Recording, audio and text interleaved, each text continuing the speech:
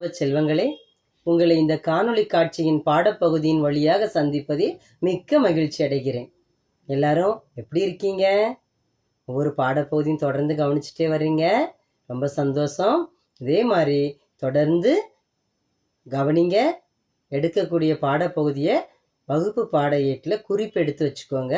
அது உங்களுடைய தேர்வுக்கு மிகவும் பயனுள்ள வகையில் இருக்கும். இன்னைக்கு நம்ம என்ன இலக்கண பகுதியில் பார்க்க போகிறோம்? பாநயம் பாராட்டல். பாநயம் அப்படின்னு சொன்னால் பாடலின் நயங்களை எடுத்து சொல்வது. ஒரு பாடல் எடுத்துக்கிட்டோன்னா அதில் என்னென்ன நயங்கள் இருக்குது அப்படிங்கிறதை பற்றி சொல்லக்கூடியதுதான் இன்றைக்கு பாடப்பகுதியில் பார்க்குறோம். அதுக்கு நம்ம பாட புத்தகத்தில் பக்கம் 200 பார்த்தீங்கன்னா அதில் ஒரு பாடல் கொடுத்து பாநயம் பாராட்டல் அப்படின்னு சொல்லி கொடுத்துருக்குறாங்க. அந்த 200வது பக்கத்தில் உள்ள பாடலை திரும்ப திரும்ப வாசிக்கணும். அப்படி வாசிக்கும்போது நமக்கு அந்த பாடலை பற்றிய கருத்து நன்கு புரிந்து கொள்ள முடியும்.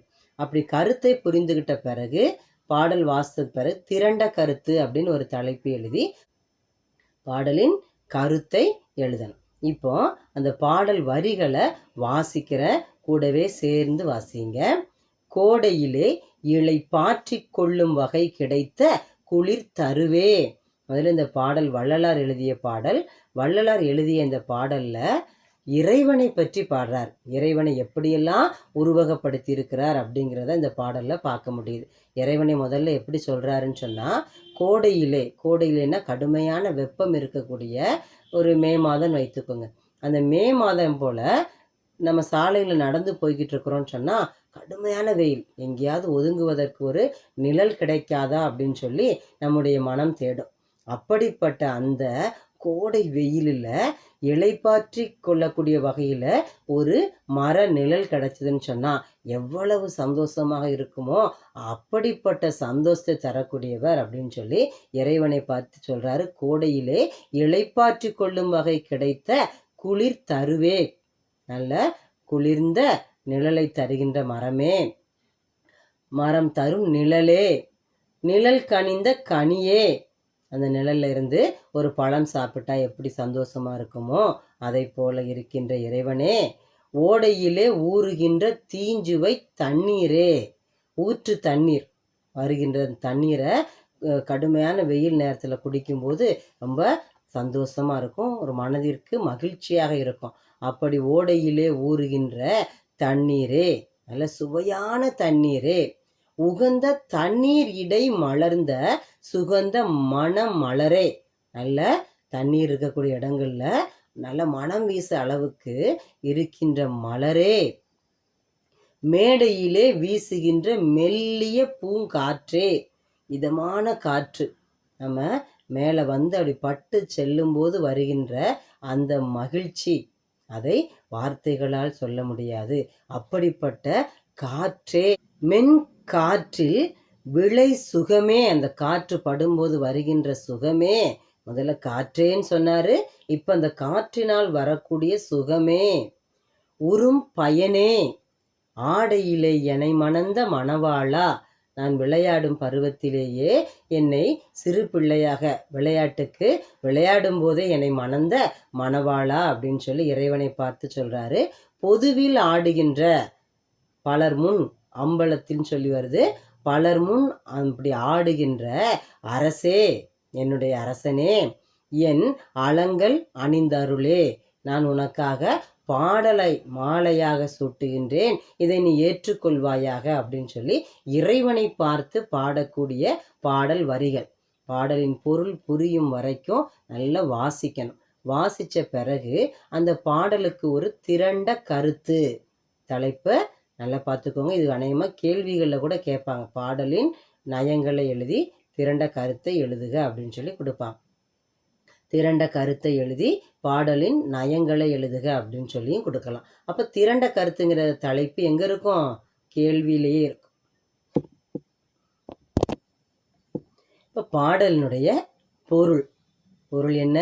கோடை வெயிலில் துன்பப்படுகிறவர்கள் இளைப்பாறுவதற்கு ஏற்ற குளிர்ந்த மரம் போன்றவன், அந்த மரம் தரும் நிழல் போன்றவன், அந்த நிலனிடத்தே மரத்தில் நன்கு பழுத்த கனி போன்றவன். மரத்திலேயே பழுத்த பழம், எப்படி சுவையாக இருக்குமோ அப்படிப்பட்ட கனியை போன்றவன் அப்படின்னு சொல்லி இறைவனை பற்றி பாடுகிறார். அச்சூழலில் எது மர நிழலில் அமர்ந்து மரத்திலேயே பழுத்த கனி எப்படி இருக்குமோ அந்த கனியை உண்கின்ற அந்த தன்மையை போன்றவன். அச்சூழலில் அமைந்த நீரோடையில் சுரந்த இன்சுவை தண்ணீரே, நல்ல இனிமையான சுவையுடைய தண்ணீரே, அந்த தண்ணீரில் மலர்ந்துள்ள நறுமணமிக்க மலரே, நல்ல தண்ணீரே, அந்த தண்ணீரில் மலர்ந்துள்ள மலரே, நல்ல பூவே அப்படின்னு சொல்லி இறைவனை பற்றி சொல்றார். அடுத்து மேடையில் வீசுகின்ற மெல்லிய பூங்காற்றே, நல்ல இதமான தென்றல் காற்றுன்னு சொல்லுவாங்க. நல்ல கடுமையான காற்று, சூறாவளி காற்றாக சொல்லலை, மென் காற்றே அப்படின்னு சொல்லி சொல்றாங்க. அக்காற்றினால் உடலில் உண்டாகும் சுகத்தை போன்றவனே, அந்த காற்று மேலே படும்போது வருகின்ற சுகம் எப்படி ஒரு இன்பமாக இருக்குமோ அப்படிப்பட்ட சுகத்தை போன்றவனே, அந்த சுகத்தினால் உண்டான இன்ப பயனாகியவனே. இதெல்லாமே இறைவனை பற்றி சொல்லக்கூடியது.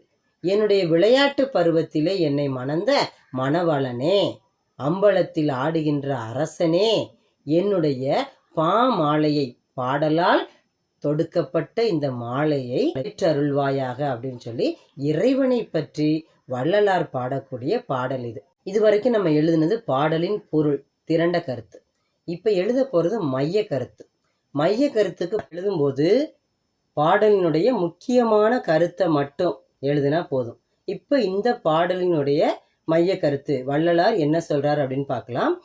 இறைவன் பற்றி ஒவ்வொரு பொருட்களிலுமே, இறைவனால் படைக்கப்பட்ட அனைத்து பொருட்களிலுமே இறைவனை பார்க்கின்றார் வள்ளலார். அதைத்தான் இந்த பாடலில் கொடுத்துருக்கிறாரு. அதனால வள்ளலார் காண்கின்ற அனைத்து பொருட்களிலும் இறைவனை காண்கிறார். அவ்வாறு கண்ட இறைவனுக்கு பாமாலை சூட்டுகிறேன், ஏற்று அருள்வாயாக என வள்ளலார் கூறுகிறார். இவ்வளவு எழுதுனா போதும். இந்த பாடலினுடைய மைய கருத்து. இப்போ நம்ம அடுத்து பார்க்க போகிறது பாடலினுடைய நயங்கள், என்னென்ன நயங்கள் இடம்பெற்றிருக்கு அப்படிங்கிறத பற்றி நம்ம எழுத போகிறோம். இப்போ முதல்ல எதுகை நயம். எதுகை நயம் என்ன? பாடலினுடைய அடிதோறும் அல்லது சீர்தோறும் இரண்டாம் எழுத்து ஒன்று போல் வருவது எதுகை நயம். மார்ஜினை ஒட்டி எங்கெல்லாம் தொடங்கியிருக்கோ அது ஒவ்வொன்றையும் தான் ஒவ்வொரு அடியாக எடுத்துக்கணும். இப்போ இந்த நமக்கு இருக்கக்கூடிய இந்த பாடல் பகுதிகளில் கோடையிலே அடுத்த அடி எங்கே தொடங்குது? மார்ஜினை ஒட்டி ஓடையிலே. இரண்டுலேயுமே டை அப்படிங்கிற இரண்டாம் எழுத்து ஒன்று போல வந்திருக்கு. அடுத்து மார்ஜினை ஒட்டி எங்கே இருக்கு? மேடையிலே, ஆடையிலே, டை. இது அடிதோறும் ஒன்று போல் வரக்கூடியது. இதே மாதிரி சீர்தோறும் எங்கெல்லாம் ஒரே மாதிரி ரெண்டாம் எழுத்து ஒன்று போல இருக்கு அப்படின்னு சொல்லி பார்க்கணும். அது சீரெதுகை. இப்போ எதுகை நயத்துக்கு எழுதியாச்சு. அடுத்து மோனை நயம். அடிதோறும் அல்லது சீர்தோறும் இரண்டாம் எழுத்து ஒன்று போல் வருது எதுகை நயம்னு பார்த்தோம். அதே மாதிரி தான் மோனை நயத்துக்கு அடிதோறும் அல்லது சீர்தோறும் முதல் எழுத்து, முதல் மோனையில் உள்ள என்ன அங்கே ஓசையில் வருது? மகர ஓசை. முதலுக்கு என்ன ஓசையில் வருது? மகர ஓசை. இந்த மகர ஓசையை ஞாபகம் வச்சுக்கிட்டோன்னு சொன்னால் இன்னொன்று எதுகை. மோனைனா முதல் எழுத்து ஒன்று போல் வரக்கூடியது மோனை.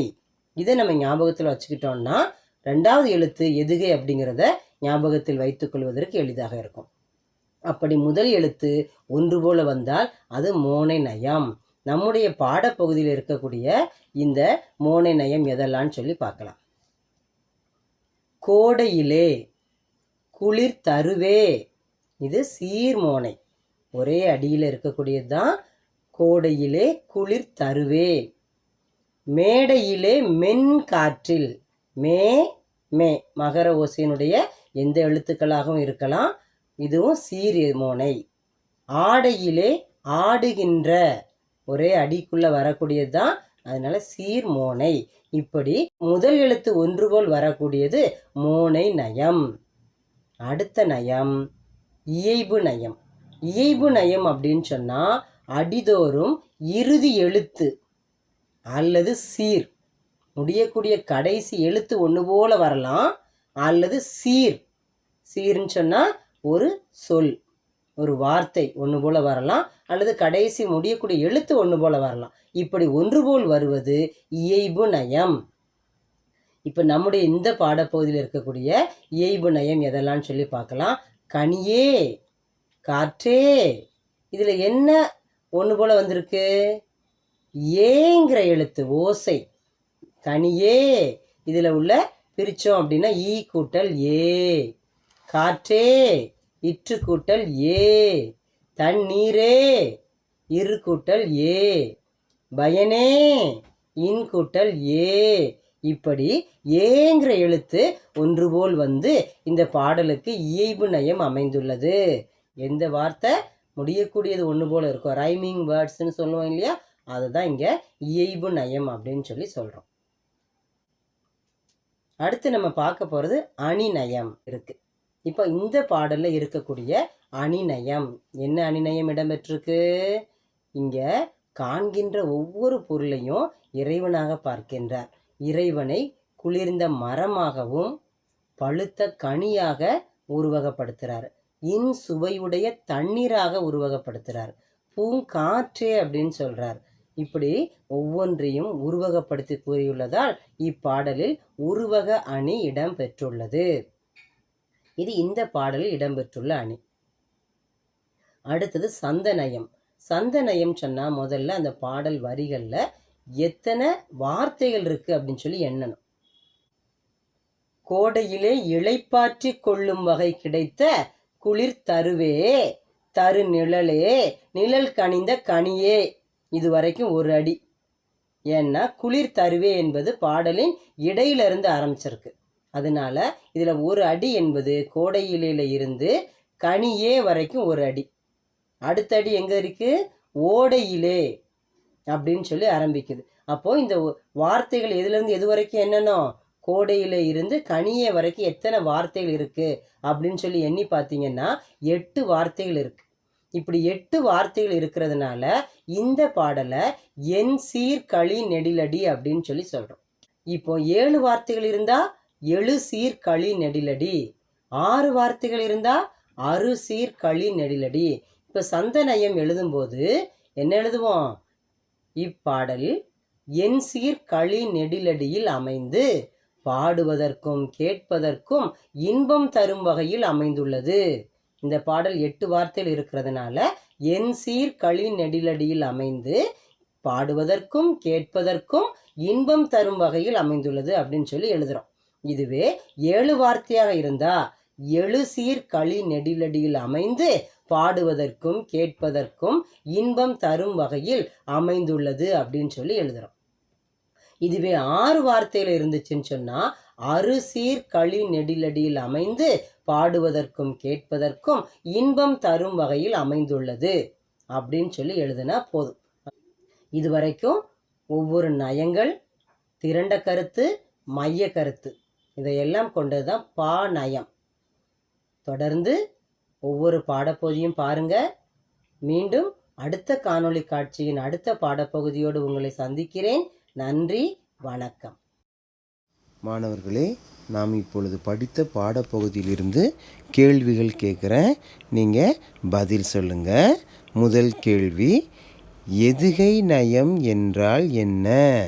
ராணி, நீங்கள் சொல்லுங்கள். அடிதோறும் அல்லது சீர்தோறும் இரண்டாம் எழுத்து ஒன்று போல் வருவது எதுகை நயம். கரெக்டா மிஸ்? ரொம்ப சரியாக சொன்னீங்க.